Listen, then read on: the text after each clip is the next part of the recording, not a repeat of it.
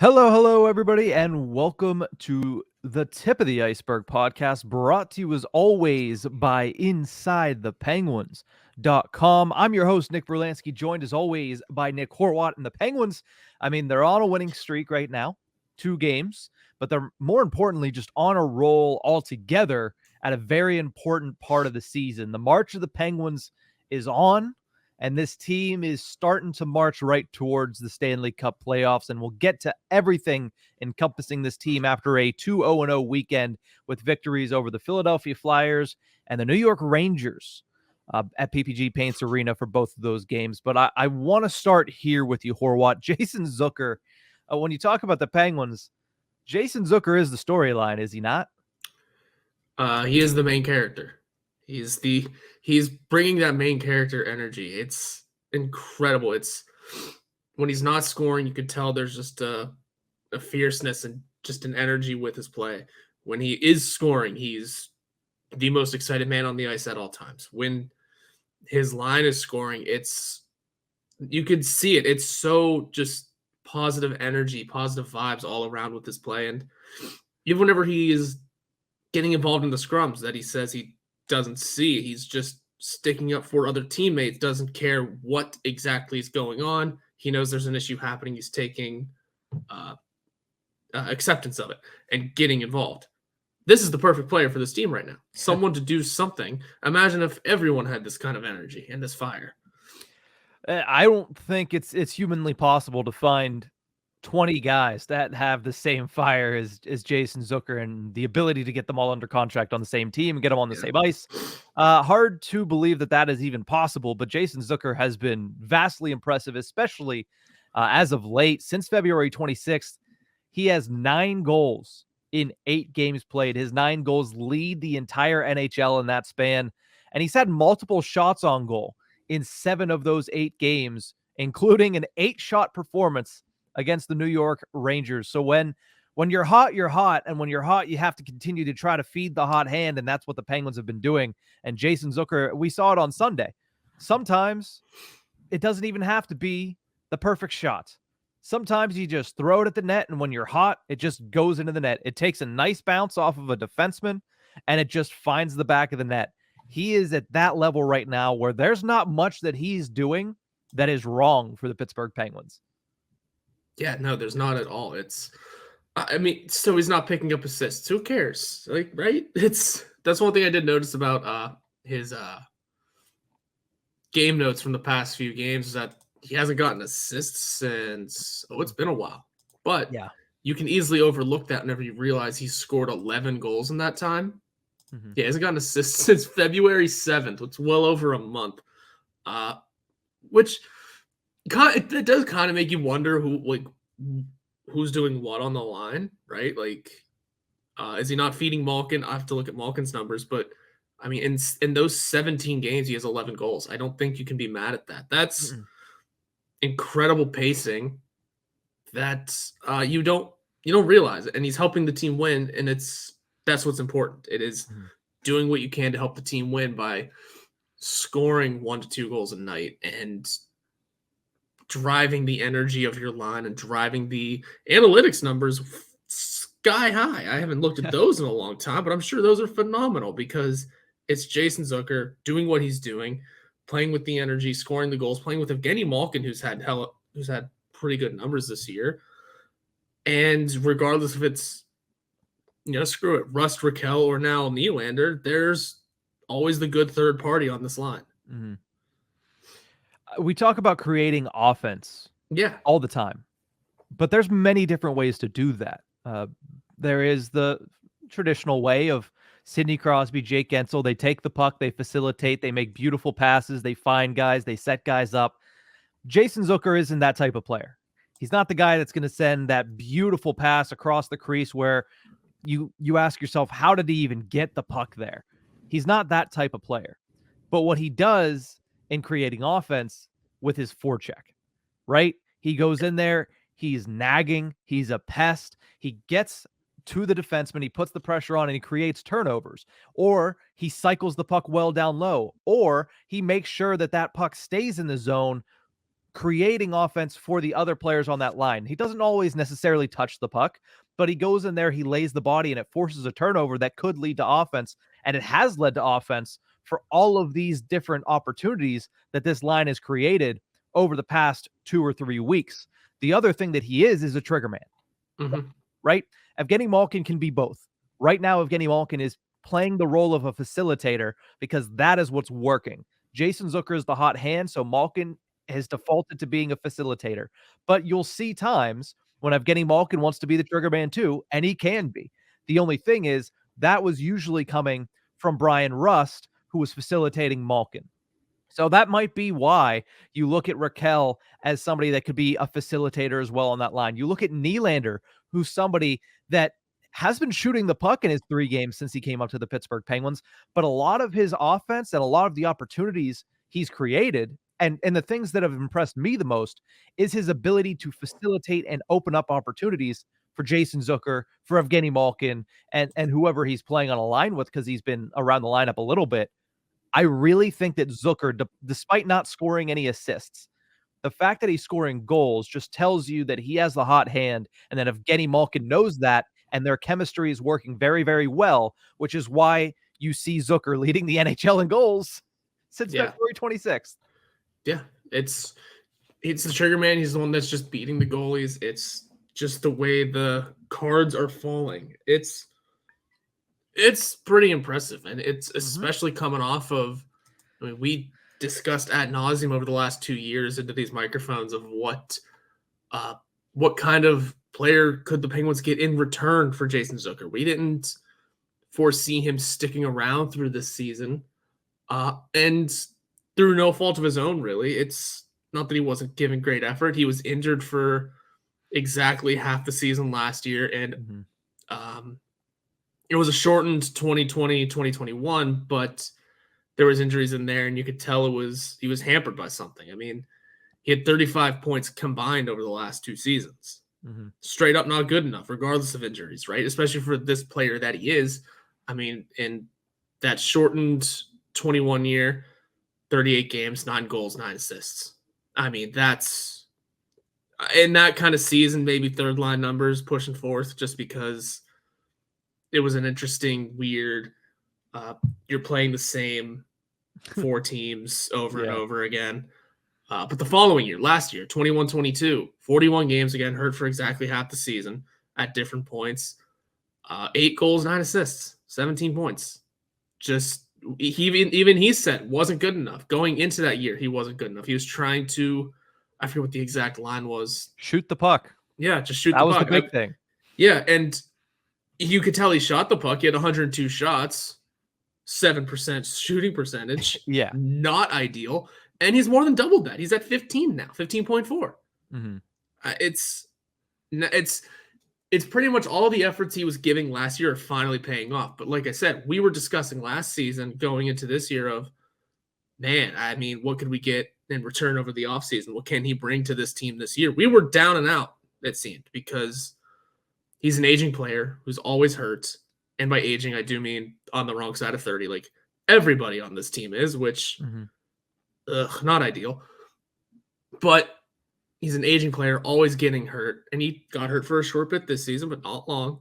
And it's paying off. I don't know how else to put it other than when it comes to a new deal for this man, I have hesitations, but they're not huge. And I'm sure we'll discuss them.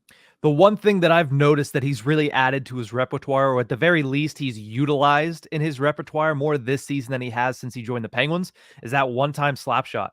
I mean, you saw it against Buffalo. Obviously, it was off the rush. It was a little bit of a slap shot. And, of course, Jaromir Jagr had the comments about his muffin of a shot there. But you saw it a couple weeks ago, too, in overtime against the Tampa Bay Lightning. He utilized that to get the game winner. So it's him adding on to his already impressive scoring abilities and refinding what he had in Minnesota. He has 24 goals on the season now, already the second best goal scoring season of Jason Zucker's career. His career high, of course, was 33 in 2017-18. That might be a little far to go to, but at this current pace, he might get it. I doubt he will, but honestly, still the second highest goal scoring season of his career in a contract season, no less. A great performance from Jason Zucker, especially right now. Like we said, he's like Midas. Everything he touches is turning to gold, and it's really working out for the Pittsburgh Penguins. Now, I don't want to get into a full segment of this because we're going to do our 3Ms at some point here in the next couple of weeks. But Jason Zucker, is he a must sign at this moment in time? Like, I know that we go into that and say, hey, listen, considering what the player is, must sign, maybe sign, or move on. I feel like there's no doubt that Jason Zucker might be the only or one of only a couple must signs for this Pittsburgh Penguins teams. You know what? Yeah, and I think that's kind of what makes him much easier to sign, at least, is that he's one of the only ones where you're saying to yourself, okay, for sure, he can bring this same firepower again next year. Like I said, I have hesitations, and they all surround around his injury history. Like I said, I know he's been healthy this year, but that doesn't mean he's going to be healthy next season. We see the game he plays. That's one of the points I wanted to bring up before, is that he's leading the team in hits, guys. Yeah, it's not that he's slowed down at all this year. Yeah, he's leading the team in hits. He couldn't sit on the regular bench last year, need we forget. He has a tendency to hurt himself doing these things. He's just gotten lucky to not do it this year. Knock on wood that he completes the season perfectly okay. He's making 5.5 right now. I mean, any smart agent will go, you deserve a raise. Look at the season you're having. I get it is the Penguins' way to kind of take a smaller deal, and that's something that Ron Hextall would have to work out with him because, like I said, he's going to be 32 soonish. He's got the hard miles put on him. He's got the injury history, but at the same time, look at this goal scoring pace. And also, you have Granlund locked up for $5 million. You have Brian Rust for 5.125. Now, all of a sudden, you're looking at the other contracts on the ledger and going, well, you can't give him less than these guys. Ron Hextall is in a tough spot here. And, it's all his doing. Well, yes. That's another discussion for another day, though. I mean, this team is winning, but I feel like it is, at this point, in spite of Ron Hextall. Way to go, buddy. Again, I digress. It's hard to really make a decision here. I would say you do, but you got to be smart about the deal. You have to be smart about the contract. Yeah, you saying that, I mean, your comment that, you can't pay him less than these guys. Well, I mean, look at what they did with Chris Letang. They paid him less and acquired Jeff Petrie for more. So you can do what you want. But at the same time, I do agree. Like, you must sign him. Yeah. The top 6 offensive production he brings, and the fact that he's a menace on the forecheck, it's going to make him expensive. Don't get me wrong. He's probably going to be, if you sign him, the most expensive signing other than maybe starting goaltender that you make all offseason. But they need to, we're seeing it right now. They need to begin to rely on some younger and cheaper forwards for their depth next season. They didn't do it this year, and it really bit them in the butt. I mean, we're seeing it now, but we're seeing it because of injuries and because the Penguins had to sell off pieces and really just, again, hope, I don't want to get into that conversation again, that people were going to bail them out. But you look at Nylander, what he's doing. He's an RFA. You probably bring him back for fairly cheap, because he hasn't had much NHL time and he has 1 assist in 3 games. So it's not like he's lighting it up to the level where he's going to earn a massive payday. Valtteri Pustinen's an RFA. He's played 1 game in the NHL. You're going to probably re-sign him for cheap. He needs to be in the lineup next season. And then you look at the defense, you need to rework it. You need to spend less money on the defense if it's going to play at this level. Dumoulin comes off the cap. That should go straight to Jason Zucker, maybe. Like, some of that money should go straight to Jason Zucker. And I think you also have to move on from Jan Ruda in the summer. Again, a discussion for a different day. But there are ways to bring Jason Zucker back. And I understand that you don't want to pay so much money for all these players. And Mikael Granlund is $5 million. But at the same time, if you're going to utilize Mikael Granlund as your third-line center and you're going to give him actual weapons, that's fine. You just can't continue to spend money on bottom 6 talent. And I feel like that's what's going to end up happening if they don't bring Jason Zucker back, is they're just going to overspend on bottom 6 guys that don't necessarily do what Jason Zucker would be able to do if they brought him back in the second line role. It's also really just laughable how many of these contracts are in the middle of having clauses. We have 12 players on this lineup that have some sort of modified no trade or no move clause. Not that makes things easier or harder. I mean, some of them are to guys that you don't want to move anyway, but It's just hilarious looking at our cap friendly. Yeah, Brian Dumoulin coming off helps a lot. You probably look to see if you can find a way to move on from Jan Ruda. You're locked up with Pedersen soon, by the way. His clause kicks in next year. Yeah. The But other that's thing fine. too, That's perfectly okay. Yeah, the other thing too is I don't know how. I mean, it is like the immovable steel trap, Venus flytrap contract. You got to figure out some way to do something with Jeff Carter. There's you can't buy him out. You can't like force him to retire. That does nothing for anything. Like the only way you're getting anything really to get that off of your ledger is Jeff Carter decides to waive it, or Jeff Carter pulls a Pavel Datsyuk, Brent Seabrook, Nicholas Hjalmarsson. You notice how a lot of these guys are from Detroit and Chicago, and they get injured and go on LTIR. Like, that's the only other way that you get his cap hit off the ledger. But again, I digress on that point. Different discussion for a different day. We're going to take a quick break right now. When we come back, there's injuries popping up for this lineup. Again, we'll break down the latest on each injury and also what that means when some of these guys could potentially come back. This is the tip of the iceberg.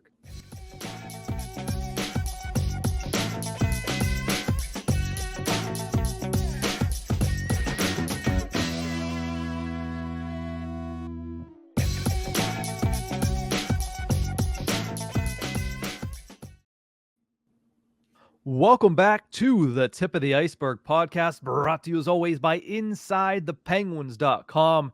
And as I mentioned, heading into the break, there are 3 injuries now for the Pittsburgh Penguins. Ryan Poehling being the one that has happened the longest, and we'll discuss that last. But first and foremost, I want to talk about Dmitry Kulikov being evaluated for a lower body injury after leaving Sunday's game against the New York Rangers a bit early. No update onto the severity or the timetable for this injury, but you would have to imagine if he cannot go later tonight against Montreal, P.O. Joseph steps into the lineup. And then we have to wait and see, obviously, when Kulikov is able to return. Yeah, we're likely to get some sort of update from the morning skate this morning just because that's how this will work. Mm-hmm. I'm just predicting some sort of lower body injury day to day. We'll see him back soon. It's Mike Sullivan. It's the Mike Sullivan way. Unless it's anything serious, we're not going to get any more real note here as for Kulikov, especially because he's in a position where, I mean, he just got here. We were giving him the shot to see what we had here. And then he clunked out some of the worst metrics that anybody has ever seen this year. And that doesn't help. So maybe we even just give him the rest for the day to say, all right, Joseph, get yourself back in there. Because we have that ability. This is why we have 20 defensemen on this team. Exactly. All of a sudden, all right, Hextall, you were right about something. It's that I wouldn't go that far, but yeah. It's that we need depth defensemen. I mean, sure, I guess. You saw 2 minor league injuries and went another NHL-ready defenseman. Sounds good to me. Mm-hmm. Okay. But yeah, that being said, if anything, Kulikov may be out for today. Joseph goes back in.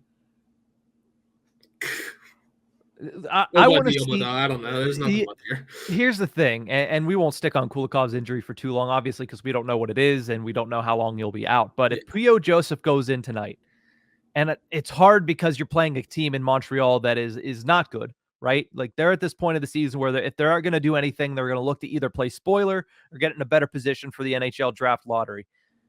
If Joseph goes in, obviously he'd probably be paired with Jan Ruda. If they go out there and have a fantastic night as far as shot attempts, expected goals, then you have to start to wonder, like, it might not be Dmitry Kulikov himself. He just might not work with Jan Ruda, and there's no one else really that's going to go down and play with him because Petrie and Letang are not going to play with Dmitry Kulikov. That's just not going to happen. So if it happens that way, I think you at least have to give, even if Kulikov's ready, you would at least have to give, again, P.O. Joseph a game on Thursday against the New York Rangers and say, does it work out this game too? Because we've seen P.O. Joseph and Jan Ruda work well together, right? As soon as Jan Ruda came back, that pairing was extremely positive and extremely good for the Pittsburgh Penguins in that third pairing role. So if Joseph comes in and it's like he would never left, you have to wonder if Kulikov's ever going to get back in. Now, listen, I'm not going to pretend to be the predominant source on what Dmitry Kulikov is going to do with the Pittsburgh Penguins. I didn't think he'd see the ice. I thought he was brought in as injury insurance and injury insurance only. Then he started the first game whenever he actually got to Pittsburgh. So I don't know what this coaching staff thinks of him versus Joseph. But if you see Joseph go out there and get the best out of Jan Rutta, which Kulikov has clearly not done, then you probably have to think, okay, it might be because Kulikov doesn't have the chemistry with Jan Rutta yet. But at this time of the year, it's not time to build chemistry. It's time to use the things that work. And so far, Joseph and Rutta have shown to work better than Kulikov and Rutta. So if Kulikov is out for an extended period, it's a moot point. It's going to be Joseph anyway. But if Kulikov's only out for one game, then you really have to see how Joseph and Rutta are able to do in that absence. Yeah, that's about it. There's nothing much to it. It's pretty much what's the length of this injury and can Joseph step up in the proper way? I mean, We've seen it all season. It's perfectly okay to let him take it. It was perfectly okay, I thought, to see what you had in Kulikov and give Joseph a break for a couple of games. That's fine. Do what you got to do. Once the numbers started tanking a little bit, though, you kind of get a little bit more on edge. And I mean, tanking numbers or not, Penguins are 7-2-1 in their last 10. That's pretty good, regardless of how your third pairing defense looks, because you're still winning. Yeah, so I think overall, this is kind of going to be a nothing conversation in like a week whenever he's healthy and things are figured out, probably. But I don't know. I thought the decision making on it was perfectly okay. It's just a matter of going forward that you got to be smarter. Yeah, at the end of the day, if everybody knows and sees and the numbers back it up that P.O. Joseph is better for the Penguins than Dmitry Kulikov, that better be what they do, right? Because you can say that, hey, Mike Sullivan's the coach. He knows more about it than any of us. Yes, that's true. But, when you see something plain as day and everybody sees it and the team doesn't, it's frustrating. Oh, yeah. We've seen that on a couple of occasions with a couple different players in this lineup this season for the Pittsburgh Penguins. But let's move over and talk about the forwards that are injured. Nick Bonino, this came out of left field week to week with a lacerated kidney. Just over 4 weeks left in the season. Horwat, do you think we see Bonino back in the Penguins lineup by the end of the regular season? I mean, it'd be very Nick Bonino of him to not show back up for the rest of the season. Nothing against him. It's just the warrior that he is. We won the 7. He had a broken ankle, didn't he? And toward the end of 17, we had to play without him. Okay. It was a shocking injury, right? Because that's not one you normally hear, and that's something that legitimately I don't think we know it's from him blocking a shot. There was a point of the game where he blocked a shot and looked a little hobbled. I thought they hit him in the leg. I could be wrong. I mean, lacerated kidney, that could be anything. He could have just like caught a stick wrong, right? In a little scrum. That's it. That could have been anything. So who knows? This was just a little shocking, a little out of, oh, hey, we're getting a legitimate diagnosis on this one. This wasn't just upper or lower or concussion. It was this specifically week to week. He had a procedure. He was in the hospital. Got it. Okay. As to if we see him again, I bet we do eventually. But again, I'm not a doctor. I don't know how long this thing usually takes. All we got is week to week, guys. Yeah, neither of us are medical professionals. Yeah. I have no letters at the end of my name, like D, whatever. I don't MD, whatever the. Not even a junior. It's not even junior. But with Nick Bonino, I don't know how long it takes to recover from that. Obviously, he had a procedure. Yep. I would imagine that's a surgery. Whether it's they cut him open or they didn't, they had a procedure to fix his lacerated kidney. There's going to be a timetable to return from that before he's able to even work out. So we don't really have any clue other than it's week to week. I'm assuming he at least mixes a week and a half, 2 weeks. And then at that point, you have 2 weeks left in the season. How long is it going to take him to ramp back up, especially because he is a little bit older? He's going to take a little bit longer to get his legs underneath him. depending on how long he goes without skating. So with just over 4 weeks left in the season, I guarantee you we're going to see him before the year's over, meaning before the Penguins are either eliminated or win the Stanley Cup or that season ends. But I just have no idea how long he's going to be out. I would imagine if Poehling, who we're going to talk about in a second here, comes back, that you put Nick Bonino on LTIR to be able to continue to actually utilize the players you have on the ice. But let's move over to Ryan Poehling, because he is still working his way back from an upper body injury that has kept him out for over a month now. Hasn't played since February 11th. And even before then, he would only played a handful of games since he had come back from it previously. So a weird injury that continues to be a nagging one for Ryan Poehling. We thought he was close to returning, and then he ends up getting put on LTIR because he suffers a setback. What do we think about Ryan Poehling, and is he anywhere close to getting back in the Penguins lineup? Obviously, the time has elapsed where he can be activated off LTIR whenever he is ready to go. It always seems like he's ready to return, right? Every practice, it's, hey, Ryan Poehling's out there again. Ryan Poehling's out there again. We don't... Are we assuming it's a concussion?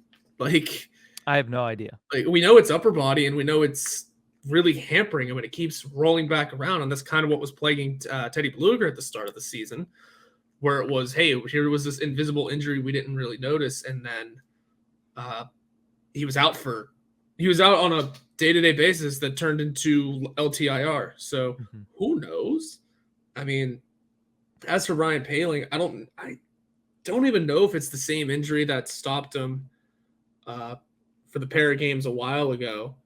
Whenever he was out for 2, came back for, I just pulled up his little sheet, was out for 2, came back for 5, out for 3, came back for 1, and then out again before returning for a handful. This has to be new because this is a lot more. This is like 6 games played here, 7, and then out again. That's just very, that's a rocky road to really look at. Yeah. I don't, especially considering we know it is just upper body and nothing else, but it's hampering this much. We're seeing him practice, but we're also seeing him put on LTIR. We're seeing him take line rushes at times, kill some penalties, and it's very, very interesting. And I would assume as well that if he comes back anytime soon, it's just going to be flipping Bonino to LTIR for him and then utilizing the space. I think it's hard to say. It's really hard to pinpoint anything on this team right now, especially with these 2 injuries specifically, because we don't know what kind of recovery needs to come from a lacerated kidney, and then we don't exactly know what's wrong with Poehling here. Yeah, it's an interesting touch-and-go subject for the Pittsburgh Penguins. We'll continue to monitor that as the information comes out from head coach Mike Sullivan and the Penguins medical staff. But with Poehling and Bonino out, the Penguins' 4th line currently is Danton Heinen, Jeff Carter, and Josh Archibald. When these 2 guys eventually come back, or if they eventually come back, and you have your full complement of forwards, what should the Penguins' 4th line be when fully healthy? Just the 4th line specifically, I would say Bonino centering Poehling and Heinen. Now, here's the thing about my 4th line specifically. Up top on the 2nd, you still have Alex Nylander. On the 3rd, you still have Mikael Granlund with Drew O'Connor and Rickard Rakell. Yeah, you're benching Jeff Carter. I'm benching Jeff Carter, and Josh Archibald is also the scratch. I don't know if this team can afford that. I just kind of threw names against a wall and said, take the salary cap implications out. Best players or best for the Pittsburgh Penguins is what we're looking for. So you're saying what? Poehling, Bonino, and Heinen, right? Yeah, and I guess no particular center between Bonino and Poehling. They both can do it. Yeah, see, I'm along those same lines. The only thing that we definitely have the same is Jeff Carter. But again, will this team ever truly healthy scratch Jeff Carter? I don't see that happening, at least not this season, maybe next year. But I have Poehling, Bonino, and Archibald. Heinen has been better since being infused into the lineup when Kasperi Kapanen was placed on waivers a few weeks ago. Yes. But when I look at what Danton Heinen brings to this team, he scored 1 goal in that time. That's true. And he brings no defense. He cannot play the penalty kill. He cannot take faceoffs. And he doesn't play a physical style of game. He doesn't forecheck hard. And listen, I've said it several times in the past couple of weeks. The man is a cockroach. He's just hanging around longer than I ever expect him to. Yeah. I would not play him over Josh Archibald. Now, Archibald does not kill penalties, but what Archibald does bring is a playoff intensity that the Pittsburgh Penguins need in their bottom six. Paling and Bonino, both of those guys can take center reps. Both of those guys can take faceoffs. Both of those guys can kill penalties. So I think they have a leg up. And because of that is why I think the Penguins, there's a little voice in the back of my head that says, maybe they bench Carter because Paling, Bonino can play penalty kill and take those faceoffs. Also, Mikael Granlund can play the penalty kill and take faceoffs. Yeah. So you have multiple options for the faceoff dot and you have multiple options for the penalty kill. But we all know that that's not going to happen. I would just prefer it to be Paling, Bonino, and Archibald if I was constructing it, and if obviously salary cap would be able to be juggled to work out with that. But I digress again. Here, you know what? This is our playoff roster. When the salary cap doesn't exist. There you go. Perfect. Exactly what we're looking for there. That's what we're doing. We're utilizing our LTIR space, not for the big guns like Tampa Bay or whoever did it last year. I forget now. Colorado. No, we're using it for Nick Bonino and Ryan Paling. Yes, exactly. The Pittsburgh way. The Pittsburgh way. But let's talk about not the fourth line, but let's talk about the third line now, because that was an interesting little wrinkle when everybody showed up on St. Patrick's Day celebration day at PPG Paints Arena for the Penguins and the Philadelphia Flyers. Is the Penguins had a new look third line. Drew O'Connor, Mikael Granlund, and Rickard Rakell placed together in that game and also played together against the Rangers the next day. Penguins go 2-0 in those games. What did you think of that new look third line for the Pittsburgh Penguins? There's something there. First of all, Drew O'Connor anywhere in this lineup is impressive. That man has the shot first mentality that we've been looking for. And he's phenomenal on the forecheck. Yep. And it seems like because he's not playing on the fourth line now, is it me or does he look like he's faster? Or at least he's utilizing his speed a little bit more now than he was before. I think that's it. I think he's utilizing it a little bit more. because he has to keep up with Mikael Granlund and Rakell. Yeah, it's pretty impressive watching. And like, whenever I say he's got that shot first mentality, I mean, it's almost to a fault. Like, there are a couple of chances where I'm like, hey, or I'm watching this and I just look and I go, that man's wide open. And there's just straight into shin guards or pads. And it's fine. Like, it's good. It's good to build confidence. And anything on net is better than a pass that might get intercepted. Mm-hmm. But that's going to end up working out really well for him and should keep him in the lineup. The ascension of Drew O'Connor has been impressive this season, mostly because I didn't want him in the lineup to start the year. I think I didn't want him in the lineup to start last year either. But here we are. Now we can't take him out, and that's great. Granlund is still new and is still, I don't know about getting used to things, but seems to be a good little jump for this bottom six. Mm-hmm. Like I said, he was a bag of maybes, and one of them's turning out properly. And Rickard Rakell is going to be good anywhere he goes. Yeah. So that, non-discussion there. Rickard Rakell anywhere. Good stuff. Mm-hmm.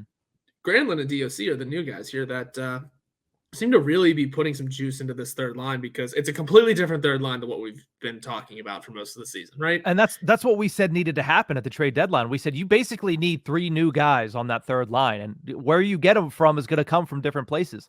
Granlund was acquired at the trade deadline. O'Connor got promoted in the lineup, and Rakell, I mean, if you want to say he got demoted, he technically got demoted, but I think it's all in the name of going from, we have 2 absolutely pure dominant top 6 lines to, we took a little bit of strength off of that second line. Nylander has fit in well. That's a different discussion.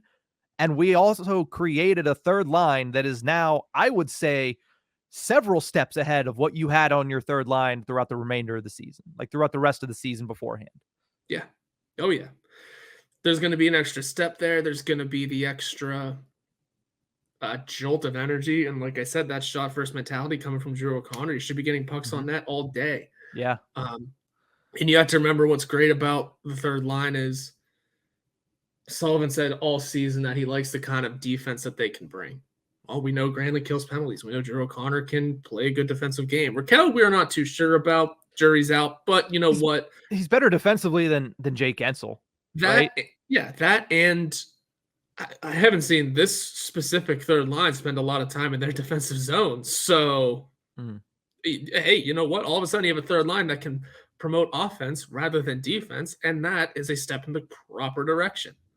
For a long time, the Pittsburgh Penguins' third line was their worst line this season. There were long stretches where even the fourth line, whether it be Paling, Archibald, and Bonino, whether it be Paling, Heinen, and sorry, not Bonino, Paling, Archibald, and Bluger is the name I was going for there.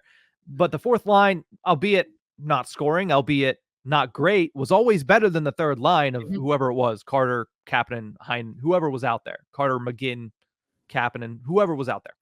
But what you saw on Saturday and Sunday, and again, only two games, but what you saw on Saturday and Sunday was a line that can not only hold their own, but a line that can force the issue. And I think part of that is because they have a really good ability to grind down low. Drew O'Connor, we've seen it. His forechecking is phenomenal. His ability to really create offensive opportunities is better than I expected to see from him. So I like that. And also, Rickard Rakell has some of the best handles on this team when it comes to stick handling, when it comes to deking out defenders, when it comes to creating opportunities with his vision and his ability and his hockey IQ. Rakell's one of the best on this team at that. Mix those two guys working down low, keeping the puck behind the opponent's net, and Mikael Granlund's ability to find open passes and find open lanes. It seems like the only thing that really is missing from this line is somebody to actually score the goals, right? Yeah. Rakell can, but looking at the other guys, it seems like Rakell might end up being the trigger man for this line, even though Granlund and Drew O'Connor are the guys that so far have taken more shots. Well, Drew O'Connor, there's a reason for that. Drew O'Connor takes all sorts of shots. Drew O'Connor's going to be a trigger man, but he might not hit the target, but he's going to be a trigger man. Oh, he's going to hit the target. It's just the target is going to be the goalie's chest, and that'll come with time. Learning those areas will come with time. He's played what, like 30-some games this year? And by 30, I mean very low 30s, but this is his career high, 32. Career high in games this year. He'll learn. He'll get that experience under his belt. He'll learn what it takes to find the corners, do this, do that. I mean, we're talking so highly of a guy right now, Drew O'Connor, that hasn't scored a point in 6 games. Yeah. Let that one settle. It shows that you don't need to get on the score sheet to make an impact. And the problem with this third line for the longest time is they weren't getting on the score sheet and they weren't making an impact. All Correct. You have to do is make a little bit of an impact. Forecheck your butt off. Create a couple offensive opportunities for your line mates. They might not go in, but it certainly looks a lot better, and the team is much better for it. So I'm really impressed with what I saw this weekend. I hope it continues. It is a very small sample size, one of them against a Philadelphia Flyers team that fired their general manager, and for good reason. That team is not good this year. And I think with the way that they've been playing, the Penguins can confidently say that they have a top 9 heading into the final 4 weeks of the season that is much better than it was 2 weeks ago. You can confidently say that, listen, whether he backed into it or not, Ron Hextall has a nice top 9 on his hands now. I don't know if that's Ron Hextall's doing or if it's more Mike Sullivan's doing, considering all it was adding one player and Sullivan figured everything else out. Yeah, and that one player we didn't have the utmost confidence in. No, but it's turning out well. Now, is it well enough for 2 more years at $5 million? We'll only know that in 2 more years, right? Yeah, and it's a movable deal, sort of. One thing the Penguins, or one thing that Ron Hextall, if he meant this, is truly, if Mikael Granlund was this much of a hot commodity at the deadline, like he said, we were trying to get Granlund a couple of years ago. I got off the phone with another general manager who said multiple teams were trying to get him. If that is true, all right, then he should be easy to move if things go south. Putting that out there. Yeah. Right? He doesn't have a clause. If this many teams wanted him and were willing to do more or do a little bit less than Pittsburgh did to get him, which Pittsburgh didn't do much, so we could probably get more. I don't know. If things start to go south, Ron, get back on the phone with those GMs that you just said also wanted him. Yeah. I don't know. I don't trust general managers. No, me neither. As a rule of thumb, I don't trust general managers, no matter the sport. No, me neither. But if things go south, you can't give. My thought process is pretty much as a GM, you shouldn't be giving the media and fans any more reason to be like, all right, fine, call these people up. You said all these people wanted them before. Now you just gave the media and the fans some ammo to. You didn't give yourself an out. You know what I mean? Yeah. I don't know. It's hard. I see what you're saying, but Yeah. at the same time, value changes so quickly in this league, especially considering just the environment of where everybody's at right now with the flat or semi-flat cap. So you're very right about that as well. But he also said a couple years. So yeah, again, all of a sudden, I don't trust general managers. That could be something he pulled out of his butt. Oh, right? he could have just like thought of that on the spot. I don't know. Yeah, because Mikael Granlund came to the Pittsburgh Penguins. There was never a rumor a couple years ago. There was never a rumor in the past couple years about Mikael Granlund becoming a Pittsburgh Penguin. No, and it would have made sense. The most Nashville player we were talking about was Nino Niederreiter when he was there.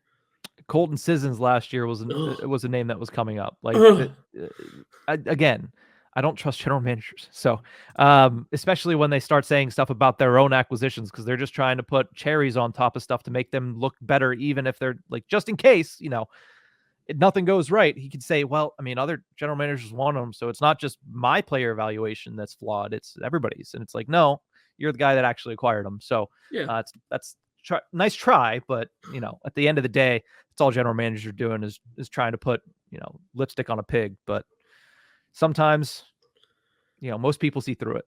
We're going to take a quick break. When we come back, who's the best first round playoff matchup for the Pittsburgh Penguins? Because they are getting closer and closer to the playoffs. And with that, can't be left flat footed. Horwat, we have to know what is waiting there for the Penguins once they get there, because that is the goal right now. Make the playoffs, according to Sidney Crosby. What's going to be waiting there? We'll talk about the potential matchups after the break.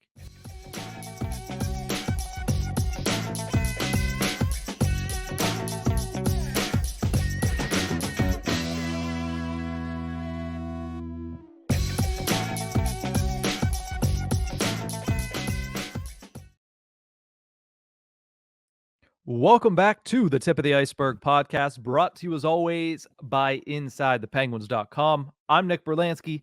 That's Nick Horwat. We're talking potential first-round playoff matchups. Now, I understand Penguins need to get there first, but it's looking more and more likely that they're going to be able to clinch a playoff spot for the 17th consecutive season, especially considering the way that they have played since that embarrassing loss to the Edmonton Oilers on home ice. Since that happened on February 23rd, the Penguins are 7-1-1.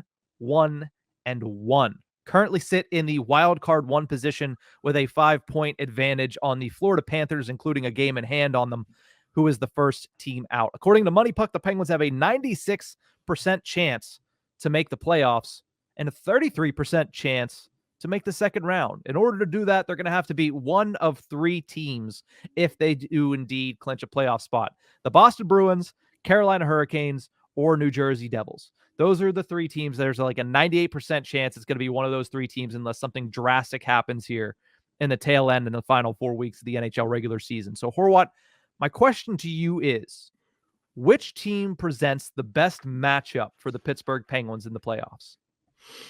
In that opening round, the best matchup for the Penguins, I would have to fall onto New Jersey, I think.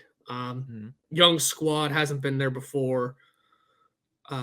Trying to make a name for themselves and going up against, people talk about it nonstop, the Penguins' veteran presence that they bring to the postseason. They haven't missed it would be 17 years.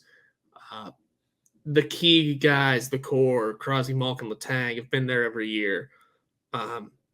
Tristan Jarry is a goalie that needs to prove something. We're a team coming in hot, pretty much. It's a team that, especially against the Devils, we're a team that has this, and this going for it, all the proper positive motions, I guess. Whereas the Devils fly in and go, how did we get here this early? Especially if something slips for the Penguins and we're the second wild card and the Devils are the first in the Metro. How did we get here? Vitek Vanacek's our goalie? What happened? What happened to him being the backup in Washington? Yeah. There's a lot of things that are very interesting about New Jersey, which makes me believe they'd be the easier competition. That being said, I mean, we still have another game left against them, right? There's a game left for the Penguins against both the Devils and the Bruins. Bruins. I forgot about the Bruins. Oh, that's who we'd play. I'm dumb. That being said, Bruins wouldn't be fun. But I actually think the best matchup for the Pittsburgh Penguins is the Boston Bruins. that wouldn't be fun, but go ahead. It would not be fun. Historically, obviously, the Penguins of the Sidney Crosby era have only played the Bruins once in the postseason. They didn't get a win in that series. Didn't come close, particularly, to getting a win in that series back in 2013. The Bruins are on pace for 63 wins right now, which is an NHL record if they do end up doing that.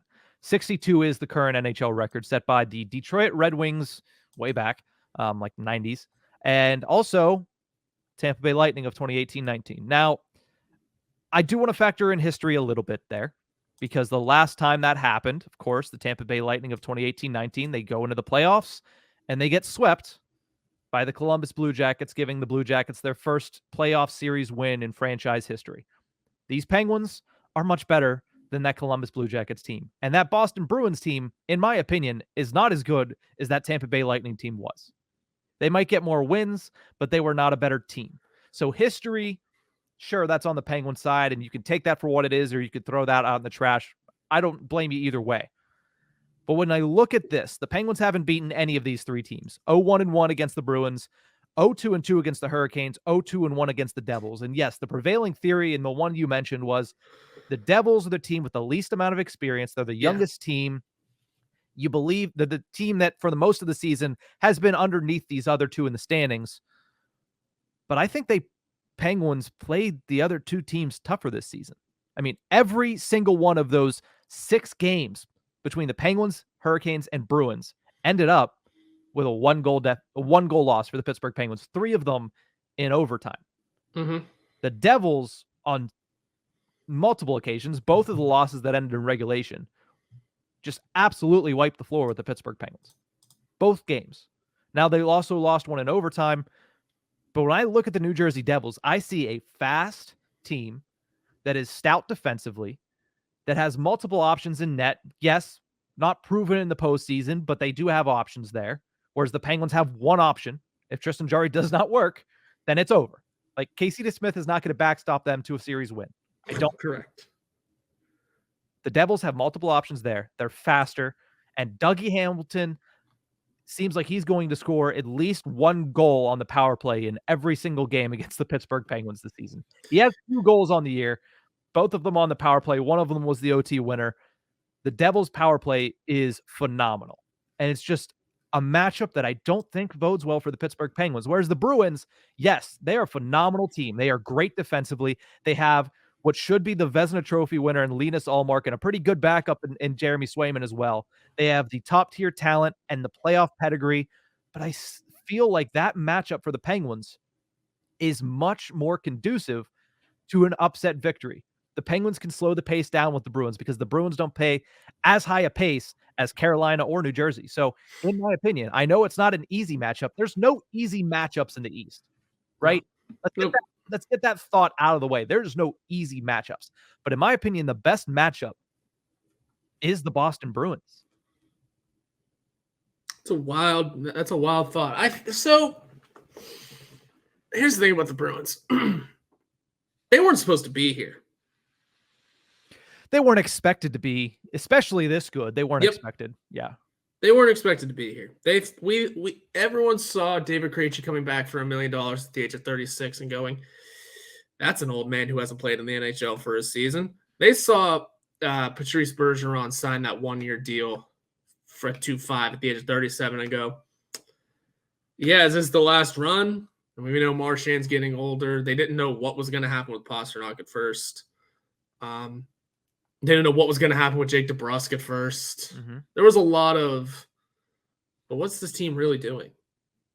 And then Linus Ullmark found the pot of gold because, by God, he wasn't supposed to be this good. He was the Sabres goalie. He was not supposed to be this good. And I don't foresee him having this much of a tear for the rest of his career, by the way.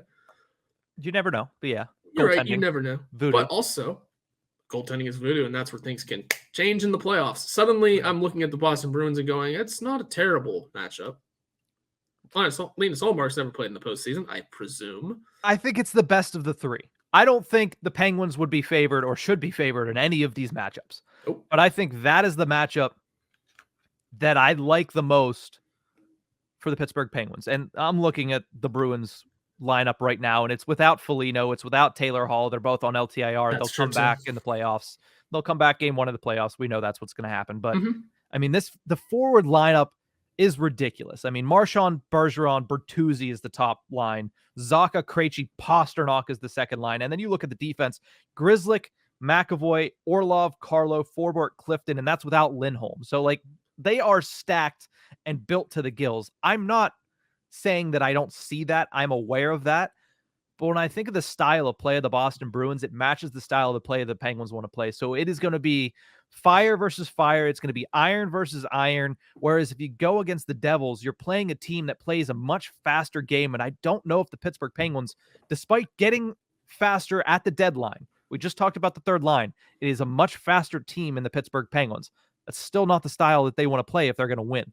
They still want to slow things down. Play it on the yellow boards, as Bob Airy continues to say. They're going to want to beat you by keeping it out of the middle of the ice, and they're going to want to beat you by slowing the pace down and letting their stars be the ones that ploddingly take over the game. The Devils aren't going to play that crap. Neither are the Hurricanes. It's unfortunate about the Andrei Svechnikov thing. We haven't really talked about the Hurricanes much, but it just feels like there's something about the Canes that the Penguins cannot overcome. Yeah. And at the end of the day, the Pittsburgh Penguins' biggest issue defensively is protecting the net front. And I think in a 7-game series, Jordan Staal and that Canes team would eat them up in that area. The Bruins aren't easy to beat in that area either, but the Bruins don't play in that area nearly as much as these other two teams do. Yeah, I think we could come around. I think I could come around to the Bruins idea. I talked you into it. And again, like we said, no good matchups here. No, and what really puts me in the thought process of coming around to the Bruins one is that goaltending. I truly don't know what's up with Linus Ullmark. This could just be one of those one-off years, right? Where first season with a new team with a hell of a defense in front of him. Hey, he's going to win the Vezina this year. Congratulations. Yeah. Almost a death sentence for goalies, really. But certain ones. Bobrovsky, definitely, although he won it like 3 times. Yes.